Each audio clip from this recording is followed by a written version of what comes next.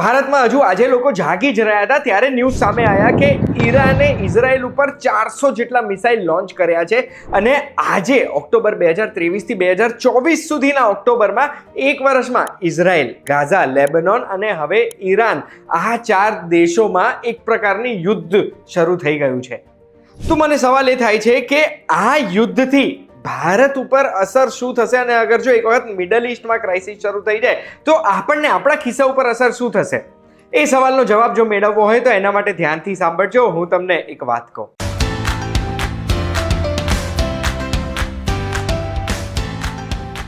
એક વાત કહું, આપનું સ્વાગત છે, મારું નામ છે ગુંજ ઠક્કર।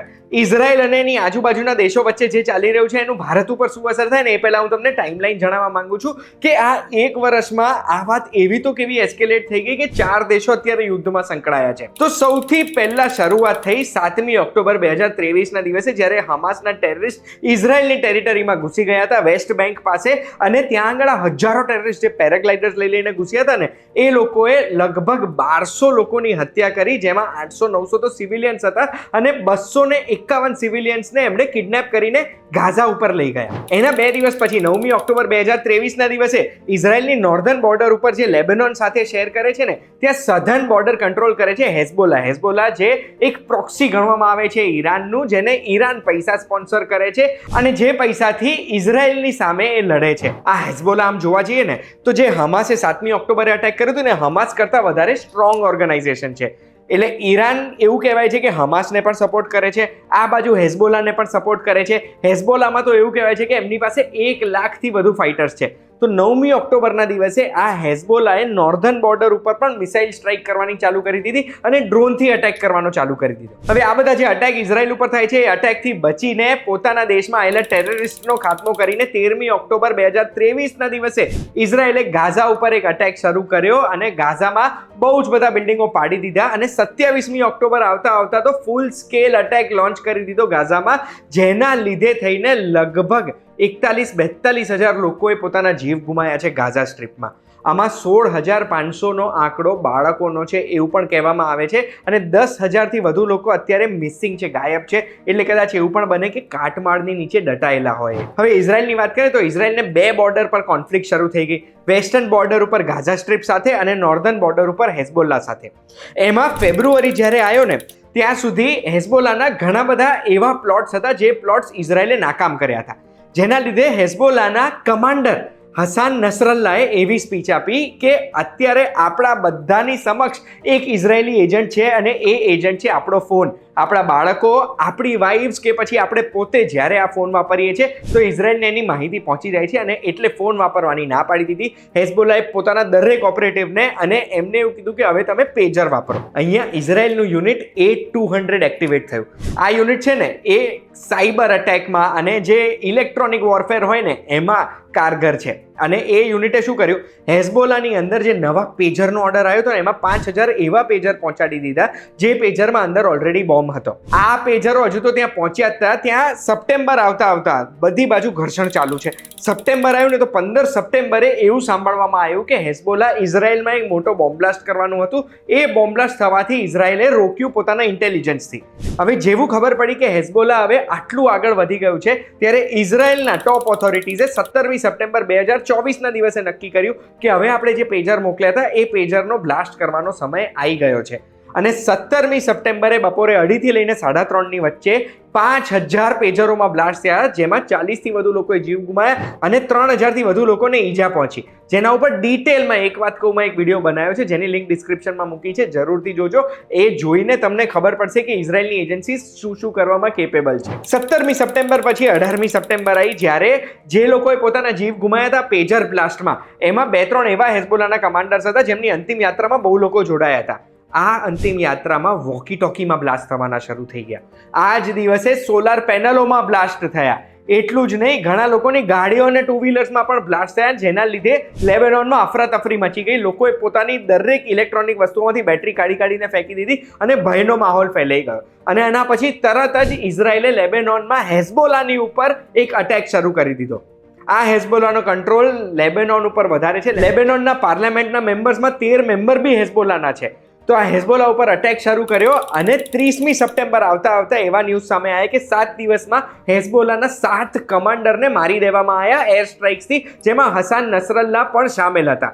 એના પછી 1 ઓક્ટોબરે ઇઝરાયલના પીએમ નેતન્યાહુએ એક સ્પીચ આપીને ઈરાનના લોકોને કીધું કે ઈરાન બહુ ખરાબ લોકોને સપોર્ટ કરે છે, તમારે કેવી રિજીમ પસંદ છે. આ જોઈને ઈરાન ઉશ્કેરાયું અને 2 ઓક્ટોબરના દિવસે 400 મિસાઇલ છોડ્યા ઇઝરાયલ ઉપર, અને જેમાંથી ઘણા બધા ઇઝરાયલમાં એકચ્યુઅલ હિટ થયા. ઇઝરાયલે તરત જ જવાબ આપ્યો કે અમારા દેશ ઉપર કોઈ અટેક કરે છે તો અમે ચૂપ બેસતા નથી, એટલે હવે ઇઝરાયલ અને ઈરાનની વચ્ચે પણ યુદ્ધ ચાલુ થઈ જશે. ત્યારે આપણને સવાલ એ થાય છે કે જ્યારે ઇઝરાયલ, ઈરાન, એના સિવાય લેબેનોન અને ગાઝા, આ બધા દેશોની વચ્ચે જે અત્યારે યુદ્ધ ચાલી રહ્યું છે મિડલ ઇસ્ટમાં, એનાથી ભારતને અને આપણને શું અસર પડશે? તો એના માટે મેં 4 પોઈન્ટ તૈયાર કર્યા છે. સૌથી પહેલો તો ભારતની ફોરેન પોલિસીને લઈને છે, જે ભારતની ફોરેન પોલિસીમાં અત્યાર સુધી એક બેલેન્સિંગ એક્ટ ચાલતું હતું. ભારત ઇઝરાયલનું પણ મિત્ર હતું, એની સાથે ભારત પેલેસ્ટાઇનનું પણ મિત્ર હતું, અને ઈરાન જેવા દેશોનું પણ મિત્ર હતું, અને ભારત એક બેલેન્સ કરી રહ્યું હતું. હવે એ બેલેન્સિંગ કરવું ડિફિકલ્ટ રહેશે આપણા માટે. બીજી પ્રોબ્લેમ થશે આપણને સ્ટ્રેટ ઓફ હોર્મુઝમાં. આ સ્ટ્રેટમાંથી આપણે જેટલું ઓઇલ ખરીદીએ છીએ ને એમાંથી મેક્સિમમ અહીંથી નીકળે છે, કારણ કે ઈરાન અને મિડલ ઇસ્ટર્ન બીજી બધી જે કન્ટ્રીઝ છે ને ત્યાંથી આપણું લગભગ 50% ક્રૂડ ઓઇલ આવે છે. 2019 પહેલા ઈરાન તો આપણને ખૂબ ઓઇલ સપ્લાય કરતું હતું, જ્યારે અમેરિકાએ સેન્ક્શન લગાડેલા હતા તો પણ આપણે ઈરાન પાસેથી ઓઇલ ખરીદતા હતા. હવે જ્યારે મિડલ ઇસ્ટમાં કોન્ફ્લિક્ટ ચાલતી હશે ને ત્યારે કોઈ પણ જહાજને સ્ટ્રેટ ઓફ હોર્મુઝમાં જવું સેફ નહીં લાગે, અને એટલે આપણી એનર્જી સિક્યોરિટી અહીંયા અફેક્ટ થશે.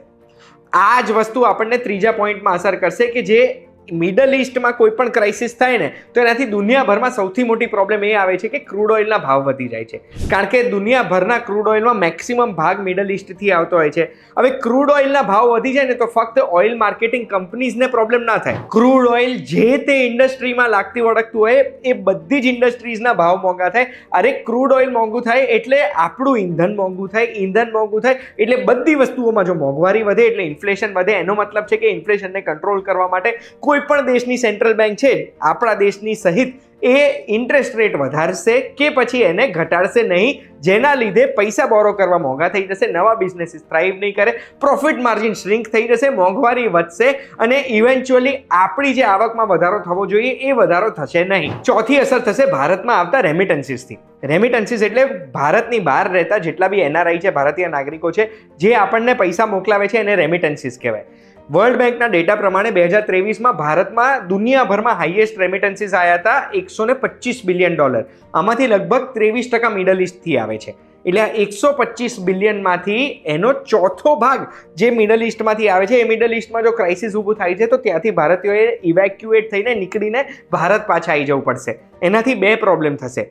આ જે પૈસા આપણને મિડલ ઇસ્ટથી આવે છે આવતા બંધ થઈ જશે, અને જે લોકો ભારત શિફ્ટ થયા છે અહીંયા આગળ એ લોકો કામ શોધશે, એમને આવકની જરૂરત પડશે, એટલે એક સોશિયો ઇકોનોમિક પ્રોબ્લેમ ઊભો થશે. આના સિવાય એક એક્સ્ટ્રા વસ્તુ જે મને ખબર પડી છે ને એ છે કે ઈરાન અને ઇઝરાયલ બંનેમાં જો અગર પ્રોબ્લેમ થાય ને તો બંનેમાં ભારતના સ્ટ્રેટેજિક પોર્ટ્સ છે.